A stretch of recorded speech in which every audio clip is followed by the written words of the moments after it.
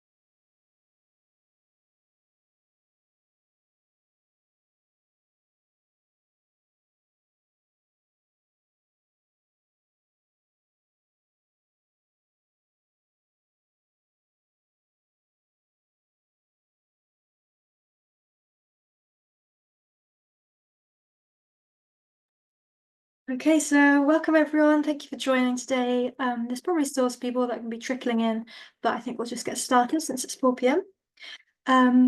So yeah, welcome. So today we have with us Alice Beanie from WWT Steart Marshes, and she's going to be talking to us about wetland mammals.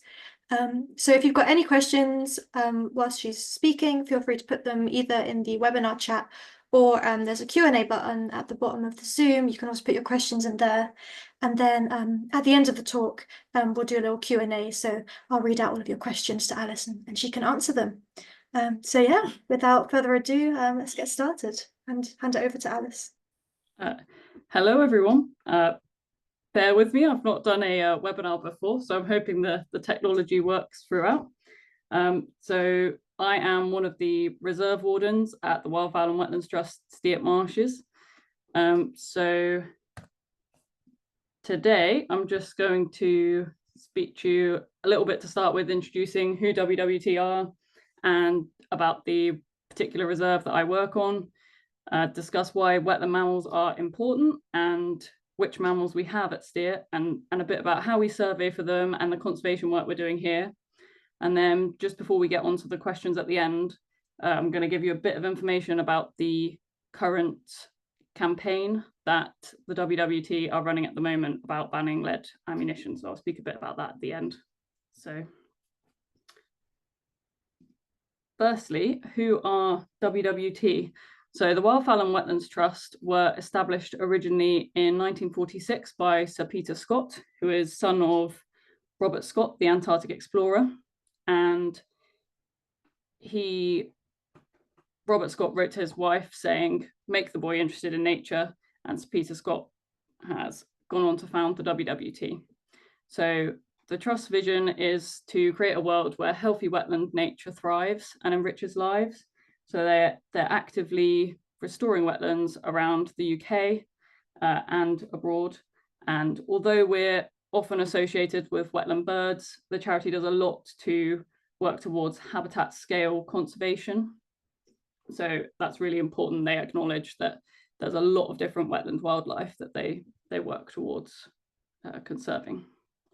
So these are the 10 centres we have across the UK that you can visit. Steart is the only free entry site and is the WWT's first working wetland that was created with the intention of illustrating the benefits of wetlands for both people and wildlife.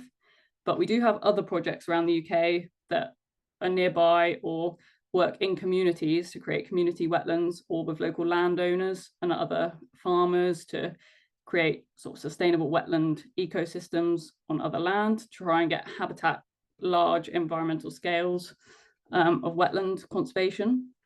The other projects they run include international projects. So for example, they do actually have a project in Cambodia where they are working with local communities to enable them to earn sustainable incomes whilst protecting their local wetland areas through sustainable agriculture and ecotourism projects. So we're going to be focusing on Steart, which is located just outside of Bridgwater. So we're in Somerset, and Cummage, Cannington, they're sort of our nearest settlements, but we have a lot of community involvement with the project, which we'll discuss in a minute. So just to give you an idea of the scale, I've tried to include a bit of a closer map of our reserve.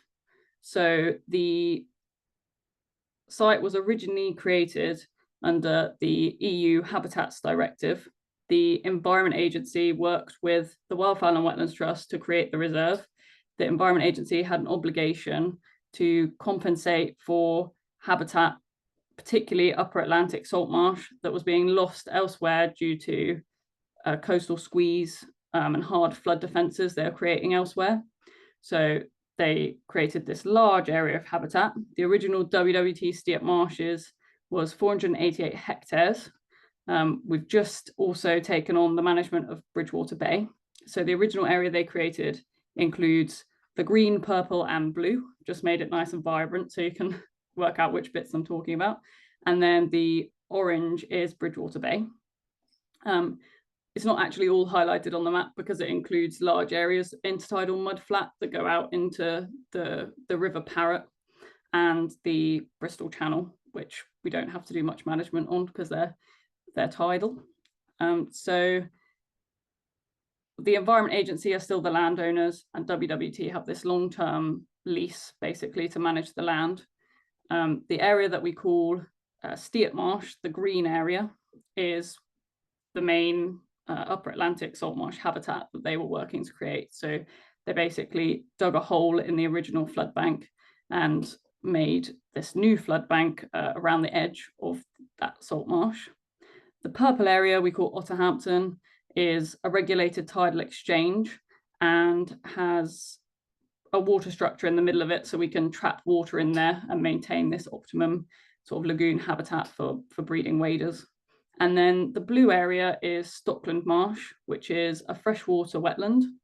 And they had to create this habitat to compensate for freshwater areas lost when they were creating the salt marsh, because there were important wetland species that relied on fresh water that had to sort of be dispersed into the surrounding areas. So they created this enhanced freshwater habitat in compensation for that.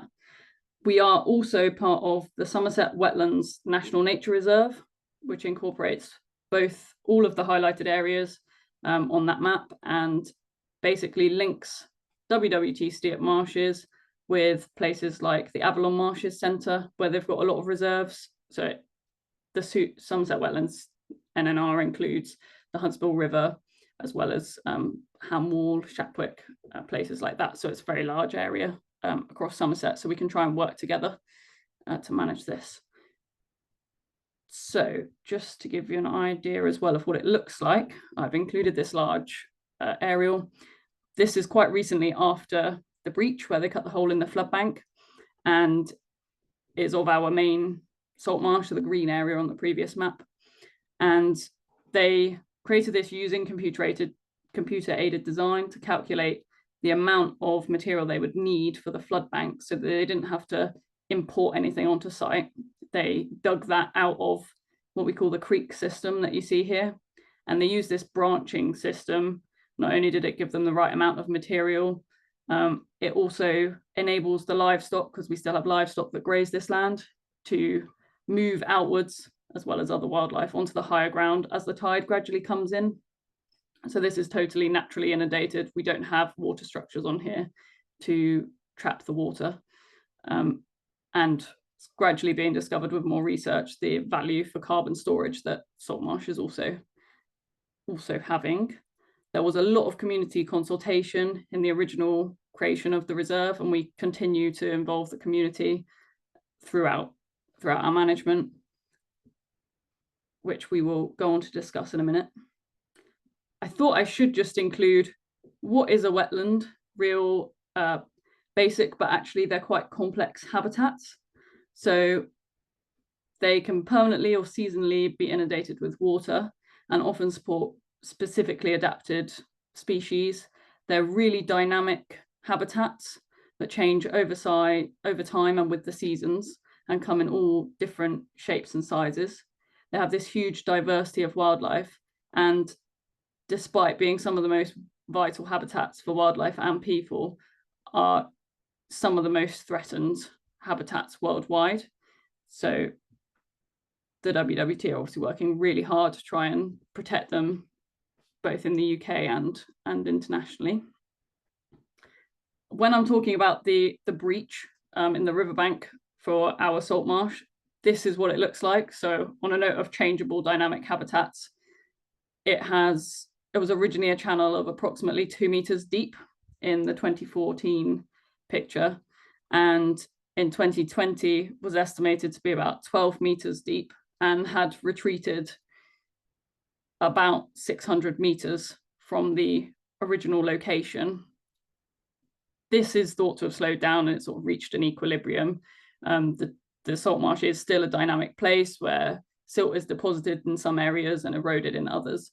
So it's always a changing landscape, even though from the aerial it looks quite man-made. And the one I showed you, it's actually naturalized a lot more now. So I've tried to gradually include lots of photos to give people an idea of what our reserve is like. So why is Steart so valuable for people and wildlife? Well, wetlands act to improve water quality, and in our freshwater area in particular, we can hold a large volume of water to store in time of heavy rainfall, to store potential floodwaters. We have some flood alleviation benefits for local properties, but they're also at risk from other tidal flooding, which we have no impact or control over because we're on a peninsula. So we can't protect them from both sides. Valuable for carbon storage, as I mentioned earlier, there's a lot of research at the moment going into salt marsh and its benefit for the carbon storage. So wetlands actually have the potential to remove and eliminate up to 90% of nitrogen and retain up to 90% of sediment runoff. So we do have some surrounding land that we don't own that's quite intensively farmed agriculturally, and you get a lot of runoff from that. So it's important that the wetlands can act to filter that before it has a greater impact on the environment. We also have benefits for people. So we're still a grazing wetland. The large majority, all 3 main areas, are grazed by livestock, often traditional breeds such as longhorns. So we get still a premium product of salt marsh beef and lamb from these, and the farmers work with us to graze in a sensitive manner, so they're conservation grazing. There's a lot of health and well-being benefits for people. They have access to the reserve. We've got footpaths, bridleways, and we allow dog walkers, cycling, horse riding, and we also run groups, walks, tours around the reserve, as well as people coming for wildlife watching, photography, etc. I mentioned the community involvement. There was a lot of this initially in consultations for the reserve's creation. Now we run, obviously, the events they can participate in, but we still do a community update every few months where people can ask questions. We do open door days so they can come in if they have any queries about reserve management that they've seen going on and what we're up to. We also write in the local newsletters for villages so they can hear what's going on. And we have a lot of research and monitoring undertaken by universities, as well as our own regular wildlife monitoring that goes on. So some of the wildlife we get at Steart, obviously mammals as well, and I'm about to come on to those, but we also have large numbers of breeding and wintering waders. So for example, we get about 30 pairs of breeding avocet. And then in the winter, about 24,000 individual wading birds of sort of up to 45 different species. And then we've been designated in the past couple of years a dragonfly hotspot because we've had 19 different species of dragonfly recorded. We've got a huge array of salt marsh plants. We didn't at any point seed artificially the main salt marsh, so it's vegetated up naturally from, there was natural salt marsh outside the breach that's kind of acted as a nice seed bank as the tide has come in. We've got large numbers of wildflowers around the site, as well as a large range of terrestrial and aquatic invertebrates. And like I said, there's a huge range of monitoring that goes on. So why are these wetlands important for mammals specifically? And why are the wetland mammals important? Well, wetland mammals actually can act as an indicator of wetland health. They're very sensitive to changes in their environments and the water quality and what food is available for them. So they can highlight where conservation efforts are needed. For example, if invasive species are present, or if our habitat management needs to be changed and adapted for them. They can create habitats themselves. I feel I should mention beavers in a wetland mammal talk, but I have to emphasize we don't actually have beavers at Steart. So I haven't included them because I'm definitely no expert in beavers, but they do create some quite amazing wetland habitats. Other mammals can also create wetland habitats through their burrow systems, which are often reused by other species. Seed dispersal, several mammal species stash food and then can forget about them, so obviously increasing diversity. And they do act as a food source for other species, birds of prey, other mammals, etc. So they are crucial in the wetland ecosystem. However, they do face a huge range of threats, largely habitat loss and degradation. So it's been found that there's been a 35% loss in global wetlands since 1970, and that they're disappearing 3 times faster than forests. So this has a huge impact on the mammals that rely on them. Pollution being a major thing. So in the UK, that can be from sort of industrial or agricultural runoff. We've obviously all heard about things like the sewage issues on the news, and that's obviously having a huge impact on the wetlands. Invasive species have to include the American mink. They're particularly an issue for our water vole populations, but also there are many invasive plant species that can sort of smother wetland habitats, and that makes it less available for the wetland mammals. Urban expansion. The other picture on this slide is actually from our London Wetland Centre, and it's quite incredible if you get the opportunity to visit, to be stood in such an amazing wetland habitat surrounded by London's skyline. So I had to draw attention to that you can get wetland habitats in a huge range of places, but urban expansion is actually restricting wetlands development, and the mammals that live in them might be isolated, struggle to move between these different habitats. So it can have a real impact on them. And obviously climate change is going to have a huge impact on maybe the distribution of mammal species, but also the wetlands they rely on if rainfall is limited or changes. Some of these wetland mammals are quite sensitive. So water voles are sensitive to water level fluctuation, for example, if they can't access their burrows. So mammals at Steart. I have to note that I've done a rough estimate, and I think we've got probably just over 50% of the UK's native mammal species on our site. We've got at least 28, give or take a few based on working out the different bat species from their calls, which I'm not quite an expert on. So yeah, more work needed on that.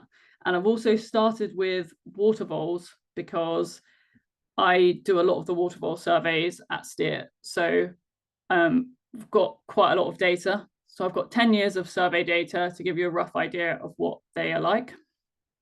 So a bit of information about those for people that haven't had the opportunity to see a water vole. They are quite elusive, but roughly a similar size to a rat, and they are herbivorous. They like vegetated banks for burrows, although they can make nests in other wetland vegetation, and in a few places they've got terrestrial populations as well. They are protected in Britain and feed mainly on sort of grasses, reeds, sedges, the marginal aquatic vegetation you get. So they do heavily rely on wetland habitats. So you might wonder what happens to them during the construction of the salt marsh, because there were water vole present on site. They had to do extensive surveying for this, and they did a lot of habitat suitability assessments. So after the site-wide surveys, at the time Steart was created, the licensing meant they didn't actually have to trap and relocate the water voles on site. So they used a system of displacement. So they created Stockland Marsh, this enhanced freshwater habitat that was outside of the flood predicted salt marsh area, outside of the flood bank. And they went through systematically lowering levels in ditches, funding them, sort of discouraging the water vole from being in those areas and pushing them towards the outside. They did do some in the most sensitive areas. They did some destructive searches, which means somebody manually went in the sensitive areas, and they would go down very slowly in the soil in case of destroying burrows to ensure that individuals could escape. And they obviously estimated this would be the most effective way for having a viable population still on the peninsula after the construction was completed. And we've continued to survey them, including in some of the original survey locations, to get comparable data ever since. So how do we survey for water voles? Well, like I said, they're very elusive. So despite having done the surveys myself for probably 5 or 6 years, I have only ever seen a couple on site. But we've got positive signs of them along a lot of the waterways. So we look for latrines, feeding remains, burrows. Sometimes we use survey rafts in the more difficult to access areas.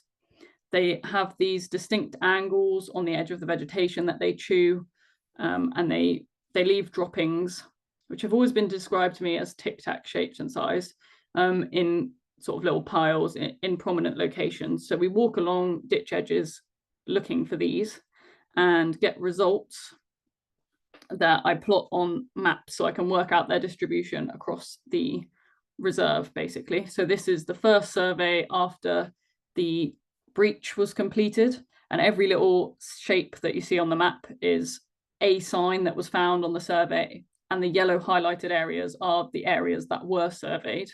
So you can see the few ditches towards the right-hand side of the map that are within the salt marsh area didn't have anything on this particular survey. And then in we've skipped 2016. I'm fast forwarding because I didn't have time to go through all of them. But the 2023 surveys, I wanted to work out where they used all year round. So I've included both the spring and the autumn surveys. So sorry if the maps are a bit small for anybody at home. But you can see that they have moved back into the salt marsh. It's something I'm hoping to do more studies on, is their use of salt marsh, because they are very much associated with freshwater wetlands. But you can see their distribution is across the majority of the reserve, and they had actually moved back onto the salt marsh in 2016, so only 2 years after the breach, as we call it. And I have salinity tested those ditches, and they are salty. So up to date, because I only do the surveys in sort of September time, so this is the most recent one I've got. I've actually had to scale them back just slightly for a staff time constraint issue, but we are gradually surveying more on Bridgewater Bay, and we're doing a lot of habitat improvement works up there that I'll talk about in a minute. So we've still got them across the reserve. and in the salt marsh, and are working to improve the habitat for them. So for water voles at Steart, we will continue to do this monitoring because it's really important, and expand those across Bridgewater Bay because we need the baseline data to know if habitat improvements are working. And when I say habitat improvements, we've got a lot of overgrown ditches with hedges that have grown right across. So the ditches are very dark in the middle with no aquatic vegetation in them. So we're working to open up sections of these, acknowledging that the scrub and the hedges are valuable in their own right. So we're trying to lay them, replant more variety of hedge species within these, and in some areas make sure the ditch is completely open to restore the aquatic vegetation that should be there. And in one of the earlier ditches that we did of this, I, for the first time in last year's survey, actually found water vole signs again. So it's been successful and they've spread back in there. We do monitor for American mink on site. We're fortunate at the moment that we haven't had positive signs of them on the reserve, and I'm still getting really positive results from the water vole surveys that their population seem to be doing fine across the reserve as well. But it's something that we will continue to monitor so we can be proactive, and we're always looking at potential future study sort of projects we can do with the data. Because I'm normally practical on the reserve, I'm not solely survey based, so we don't always have time to do what we want with the data. So now we're going to look at some of the other wetland mammals that we get at Steart. And I've started with the water shrew. They're Britain's largest shrew, and their venomous saliva, although wouldn't have a huge impact for people, I think you can get a bit of a reaction from it. But it allows them to tackle much larger prey. So they can actually, although they mainly feed on aquatic invertebrates, they can take small fish and amphibians. So they're a bit larger than a common shrew, and they are also quite challenging to survey. So at Steart, we survey these. I've got some pictures from one of our volunteers helping us. We call them bait tubes. They're actually small plastic bits of drain pipe with muslin over the end. And we put these out, put bait in them, hoping that the water shrew will go in, eat the bait, leave droppings, and leave again. And we go round, collect them up, look at the droppings under a microscope, and hope we can find signs of aquatic beetles. We did only run the first survey of this year, so I've only got one sort of season's worth of results, which isn't a lot in scientific terms, but it gives us some idea that they are definitely on site. And I have also since learnt that common shrew are not averse to swimming anymore, and mammals never follow the guidebooks. So we're trialing a new survey method that I've come across, because it mixes up then if you find aquatic beetle remains in the droppings of common shrew as well. So we're trialing trail cameras in a sort of wooden tunnel. That means you can put bait in them, and it slightly restricts the size of the things that can fit in to be in front of the trail camera, in the hope that we can get some pictures and monitor a wide range of species. But we haven't had the time to do this justice yet, so I don't have any snazzy trail camera pictures to show people yet. So hopefully in the future that will be successful. This is a sort of results I've got. So you can see that all of the dots are ones we've put out, and the green ones are where we've actually found the water shrew. So we've definitely got them in a range of places, but still limited by the survey. So we're hoping to repeat that next year. European otters. These are also very elusive. You see the theme with the wetland mammals here. So I'm very jealous if you've been fortunate enough to see one in the wild. And they are also protected in the UK and have in the past suffered a decline from organochlorine pesticides. They're now actually found in every county in the UK. So there's a lot of monitoring work that goes on. They have these quite large home ranges of about 7 kilometers for a female and 15 for a male, and live in holts. And they have a varied diet. Although it's mainly fish, they will take small mammals, birds, amphibians, and crustaceans. We've got a few of our survey points where we find quite large piles of bits of crabs and things at them. And they use their feces, which we call spraint in the case of otters, to mark their territory. And it's thought they can kind of communicate through this as well. So how do we survey for them? Again, with a lot of mammal surveys, you're just looking for signs that they've been there. So we're fortunate at Steart with the marshy nature of the place that we have a lot of mud to look for. So we can find prints, and we will also look for runs, slides that they leave when they're entering water channels, and of course spraint, which is thought to have the smell of jasmine tea versus the unpleasant smell of some other mammal species. But the most exciting, trail cameras, where we actually get pictures of them. And haven't got the video on here, but we have just had a video of what we think is a mother with 2 kits in part of our salt marsh area. So we have this huge age range of them using the reserve as well. And we have survey points across the site where we look for these. And then one of my colleagues actually does the otter survey and participates in the otter group's national annual survey, where they go and check the same points sort of a couple of days running to see if they're fresh, and used it overnight whilst they've been doing the survey. So these are the points across the reserve we use. So and they normally find points, they find signs at all of these points. So you can see they're using quite a wide range, wide area of the reserve. So next, I'm going to cover bats, which some people might not always associate with wetlands, but some bat species are wetland specialists. This picture is a Dorbenton's bat, and they actually use the tail membrane and their back feet to trawl the water surface to scoop up and collect flying invertebrates. A lot of different bat species, depending on the species, will favour different roof sites, such as trees, buildings. Some like the roost boxes you put out, or sort of caves and things. And we do survey for them as well at Steart. So to do this, we currently use a bat detector, a bit like the one in this picture, and move it between points, and it basically records all of the bat sounds that it hears, and we run it through a bit of software, and it tells us what species it thinks they are. You do then need somebody with some expertise to kind of decipher this for you.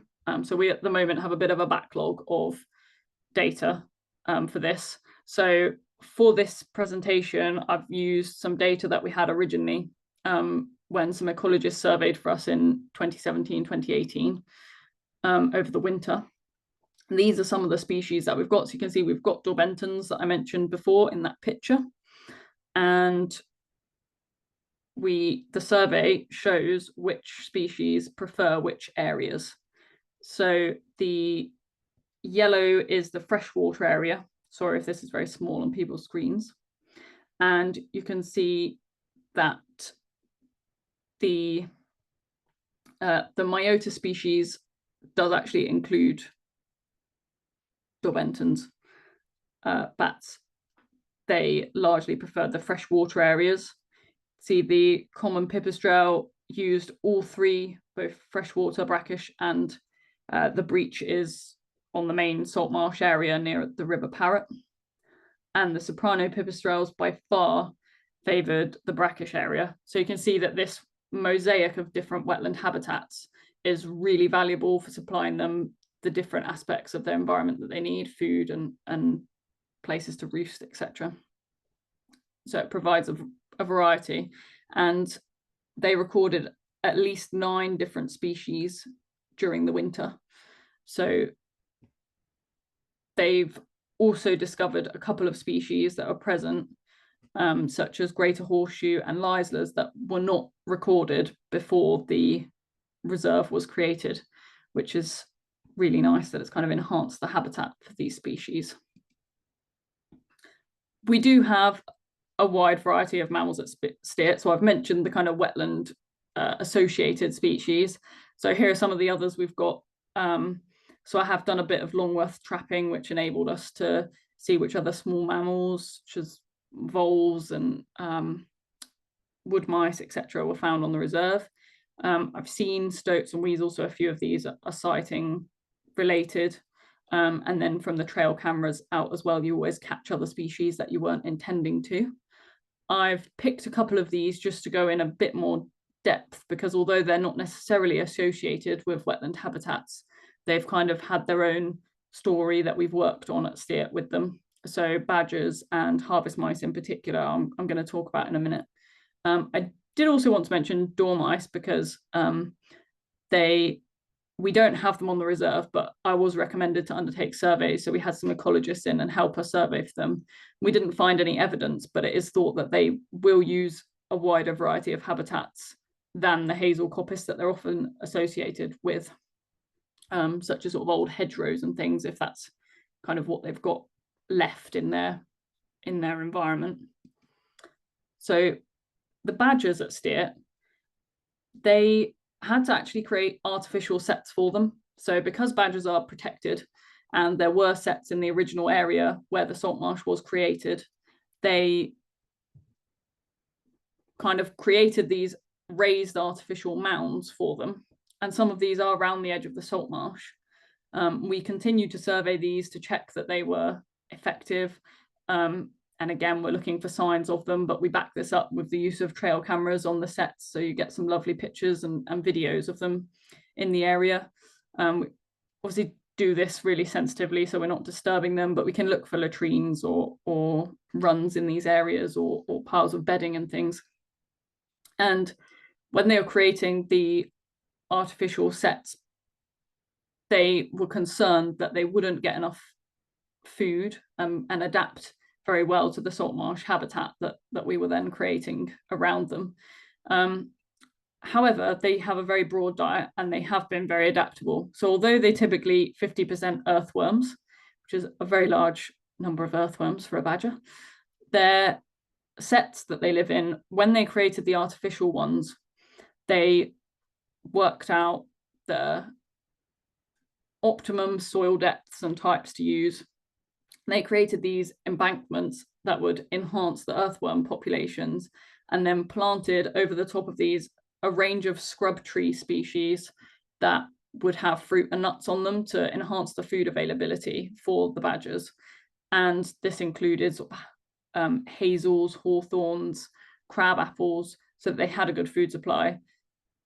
After the first few years of surveying that they did, they quickly realized they were actually using the salt marsh as an additional food source as well, for the species that they find there. So they're still thriving on the reserve, and we can see that they've got a mixture of what we call main and subsidiary or satellite sets.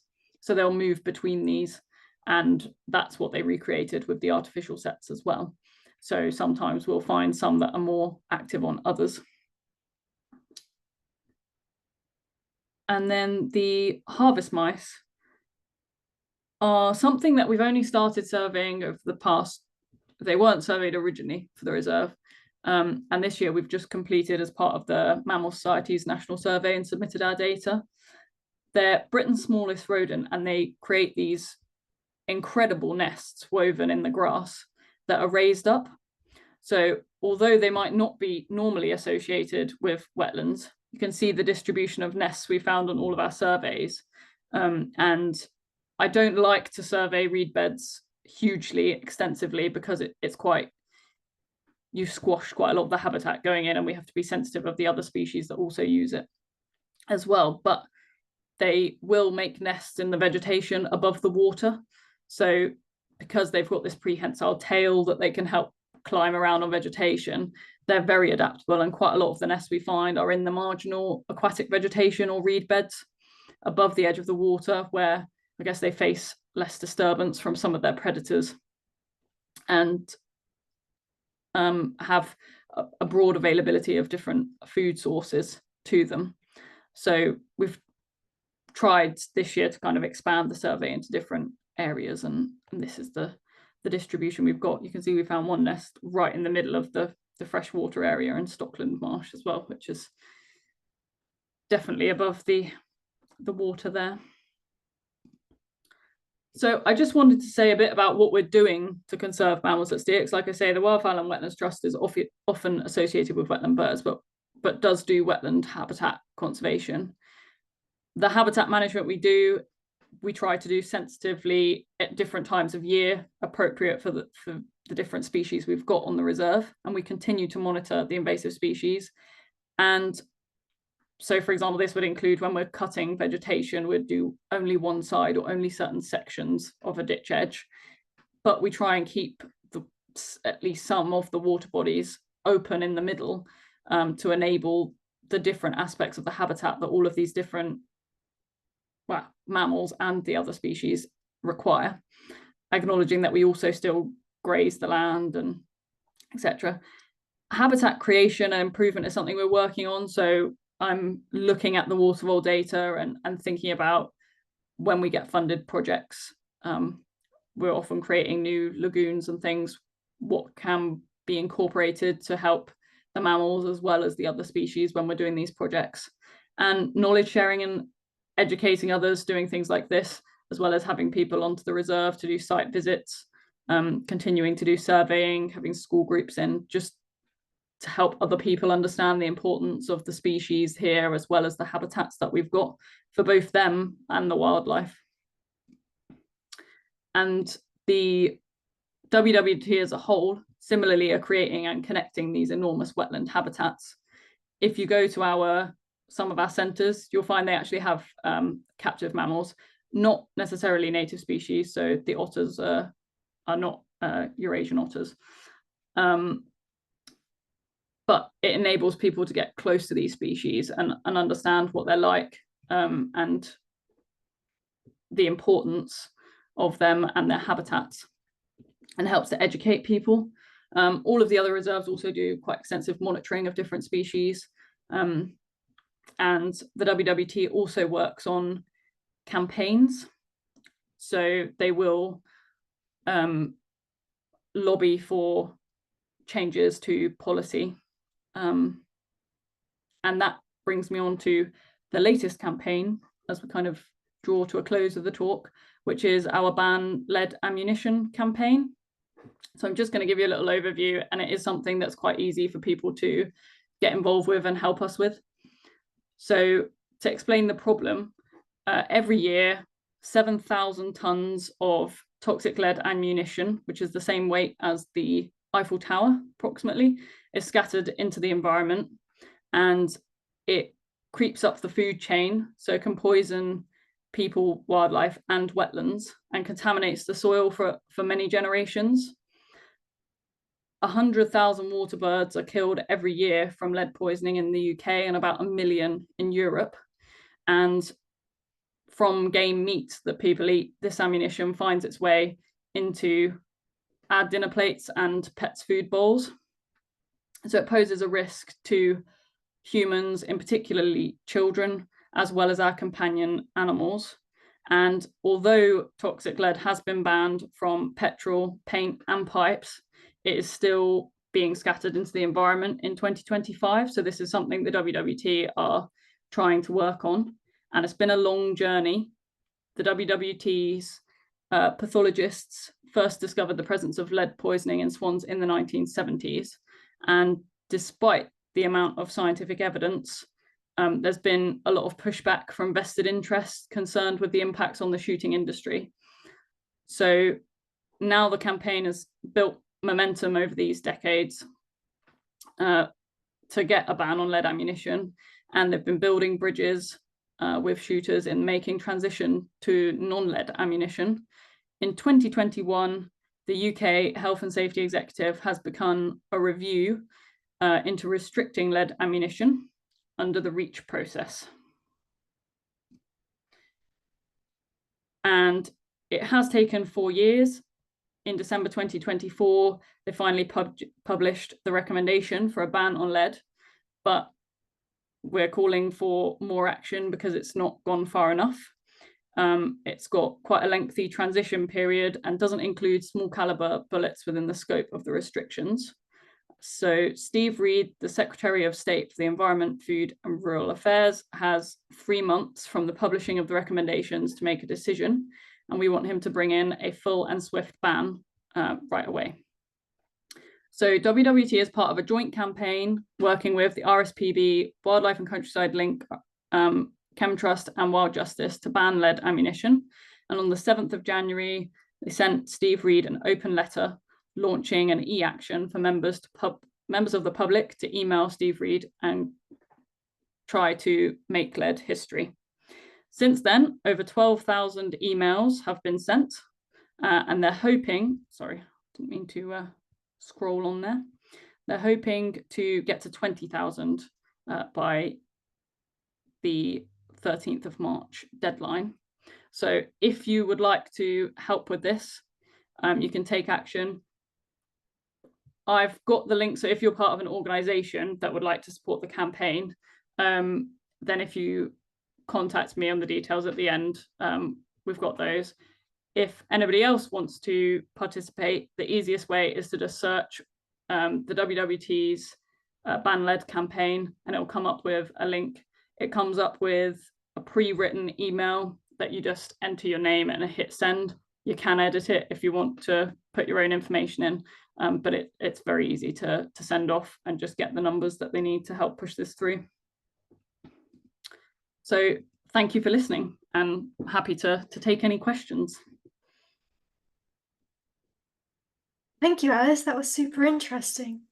Yeah, it's really interesting to see the array of mammals that can be found in wetlands, because I guess normally you just sort of think of the usual otters and water voles, but yeah, interesting to see how many other mammals you survey for at Steart.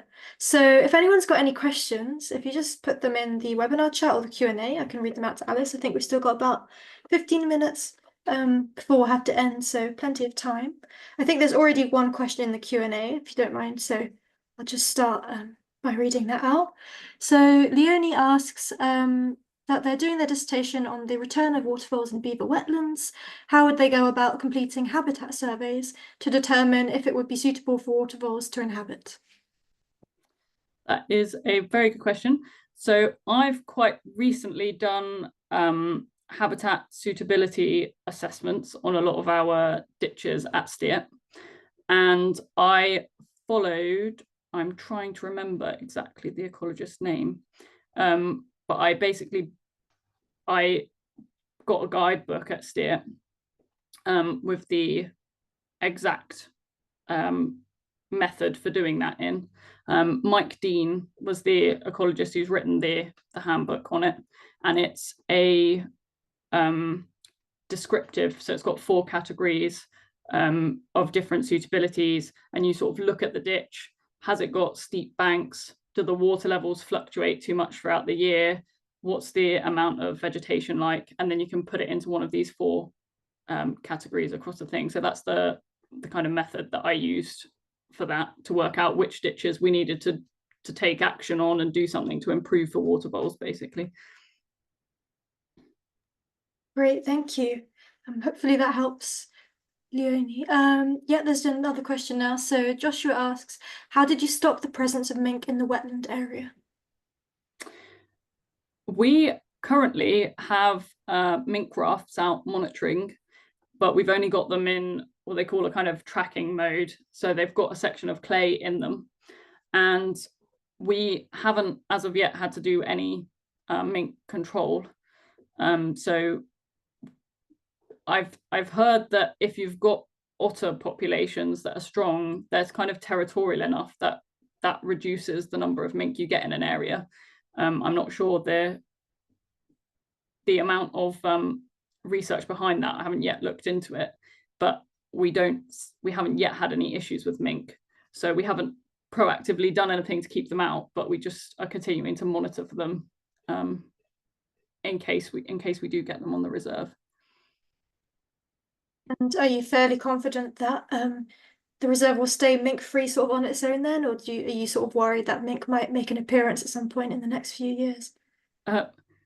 I'm worried that they will make an appearance because they have got them in other parts of Somerset, and I know that. So yeah, it's an active monitoring process just to make sure that we can act quickly if we do find them on the reserve. Great. A lot of questions flooding in now. So Paul asks, do you have an experience of water vole surveys in reed beds and whether the use of drones is a viable option? Oh, I haven't heard of trying drones to survey water voles. I definitely recommend on steep-sided ditches if you can get in a boat to do it. I think using a kayak would be easier, but it's not something I have access to because our ditches are quite deep, so it's not easy to go along in waders. With regards to reed bed, what I tend to do, because a lot of ours are linear ditches that we're walking along, so if they've got a lot of reeds by them, we'll sort of just try to get to the water's edge every 10 meters or so, look for signs there. And I've never done a population estimate, so I've only ever done presence absence in the ditch areas, so it doesn't matter as much if I miss one sign, so long as I find a sign at the next patch. So I'm not sure how you'd use drones, but I would be interested to know, because we've got a lot of we've got a volunteer who does drone photography for us, and some ecology companies that have used them for habitat mapping. But yeah, I've not heard of it being used for water vole surveys. Right. Dexter asks, do you get any owls? And if so, would you try to find owl pellets to see what they're eating and where they get it from? Yes, we do get quite a few different species of owl. We get barn owls and short-eared owls. And owl pellets is something that I'm hoping to try and actually set up a bit more of a structured survey for it this year. I've only done sort of an owl pellet dissection once in the past on the reserve, but it is really interesting to see what different species you get out of it. So yes, it is something that I'm hoping to do this year if I've got some interested volunteers to help me out with it. Great, and just on that note, just to let everyone know, if you're not already aware, the Mammal Society actually has a project at the moment where we're dissecting owl pellets to see, to try and track the greater white-toothed shrew, which is a non-native species of shrew. So if anyone has owl pellets, they can send it in to us as well. So yeah, let me know if you've got any questions about that and I can send you more information.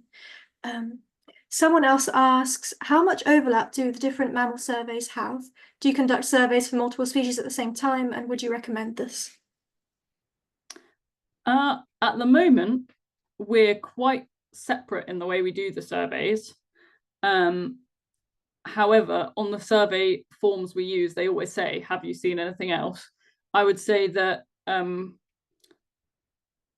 the overlap we could have is with things like, so doing the monitoring for mink definitely can overlap with looking for the water voles.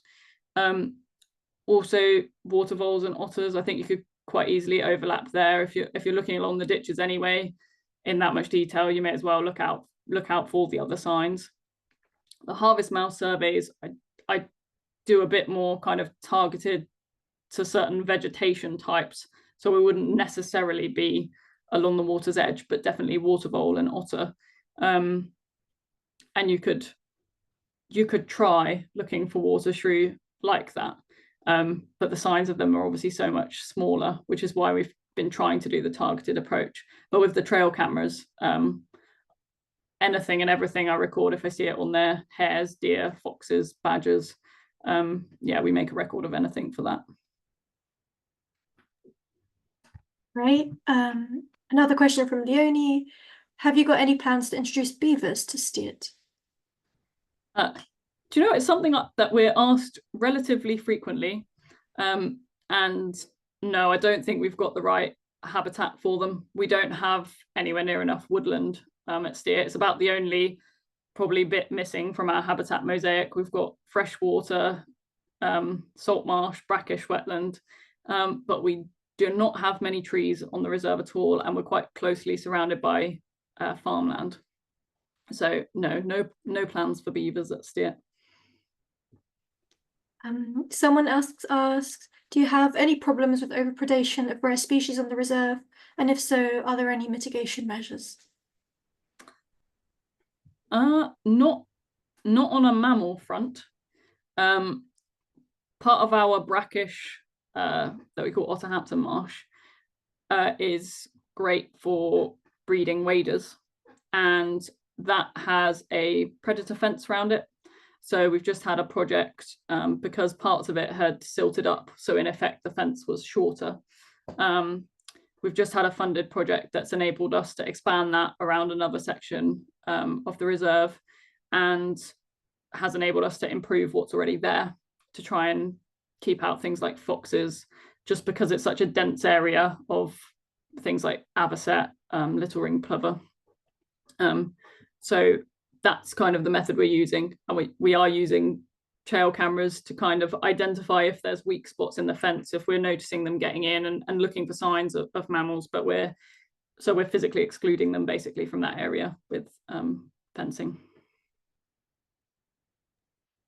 Great. I'm just wary of the time. We've got still 7 minutes, so there's still quite a few questions to go through. Sorry for the question by question interview, but yeah, lots of people are interested. So Livia says, thanks for the very interesting presentation. Their question is, are you following a specific protocol for monitoring otters, like bridge surveys?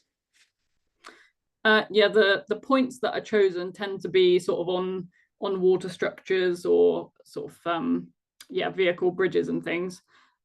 I'm hoping to expand this year just to look and see if we can find other points to survey more extensively, particularly including Bridgewater Bay, because we're always trying to get some background data for up there. So yeah, that's how the original points were chosen, is sort of prominent locations like that. Interesting. And Paul asks, relating to their drone question from before, they say the reason they asked was that they have discussed the use of drones to potentially spot any nests, as they should be visible through the winter months. Otherwise, access is a pain. I don't think there's a question in there. Yeah, just letting you know more about the drones. Emma asks, do you work with farmers to manage the wetland and prevent issues with eutrophication? The WWT tries to, on a wider scale, work with the adjacent landowners to their reserve, either to expand the wetland habitat or try to encourage them to farm more sensitively. Actually, on the reserve, we don't own any of the livestock, so we do have external graziers, and they're very positively involved with the conservation grazing side of things, so they're limited in sort of stocking densities, and they're currently trialing a no fence collar system to basically make the boundaries up. They can do it on like an app on their phone, and then keep the livestock out of certain areas, so we can exclude them from sensitive sections of pond edge or ditch edges and things like that. So that's what we're currently trialing with the graziers at the moment. Great. And I think the last question on here is from someone who asks, if you were wanting to create a more expansive, relatively small freshwater wetland on a site that has wet woodland and wet grassland, what are the key considerations other than protected species? That's a good question. I have only worked on the reserve since it's already been created, I have to say. But I think considering the factors surrounding the wetland are really important. So we're fortunate that how the freshwater wetland works on our reserve almost acts as a filter, because that fresh water feeds further sections of our own reserve. So it can kind of filter runoff from surrounding farmland and things quite quickly in the system. And we do water testing to check that that's how it is working. So I think, as well as protected species, thinking about what's there and what the land currently is if you're creating it from scratch, because sometimes it's quite hard to fight nature. So a lot of Steart before was arable, but the area had a history of flooding. So when we're doing sort of smaller scale habitat creation of the ponds and things on the reserve, we're sort of restore ghost ponds that we can see on maps, or we'll pick areas of fields that always flood to put a scrape in. So we're not kind of battling against an area that wants to be dry or that would flood even more. So we try and work with the land, basically, with how it would be naturally. Right, that all sounds fantastic. So yeah, I think that's the end of the questions. So we're probably going to wrap up here unless anyone has any other last minute questions. Thank you so much. That was a super interesting talk. For everyone, so for the lead campaign, if you want to send me a link, or maybe you could put one in the chat just now. But I can also I'll send this recording to everyone who signed up to the talk. So if you've got any links you want me to also send out to everyone, for example, to write about the lead campaign, then I can do that. Okay, yeah, I can Otherwise, include otherwise, if you've got one ready, maybe just pop in the chat. I don't know. that. But otherwise, I can just do it by email later. See if I can get to one Oh here. yeah, or just back on the slides. Yeah, thank you so much. Anyway, it's great to hear from you today. Yeah, everyone who's attending, thank you for coming. Have a great rest of your evening. And I should send out the recording. Oh, there's the link here. Thank you. I'm not sure that was the link that I just No, it copied. looks It's like a the Zoom Zoom link, link. isn't it? Yeah, I think I'll so. send you the links to send out to everyone because it's not working Yeah, for my that will work presentation. better. No worries. Yeah, so I'll send that out to everyone. So yeah, thank you, Alice, and thank you everyone for coming. Have a good evening, everyone. All right, Thank you. bye.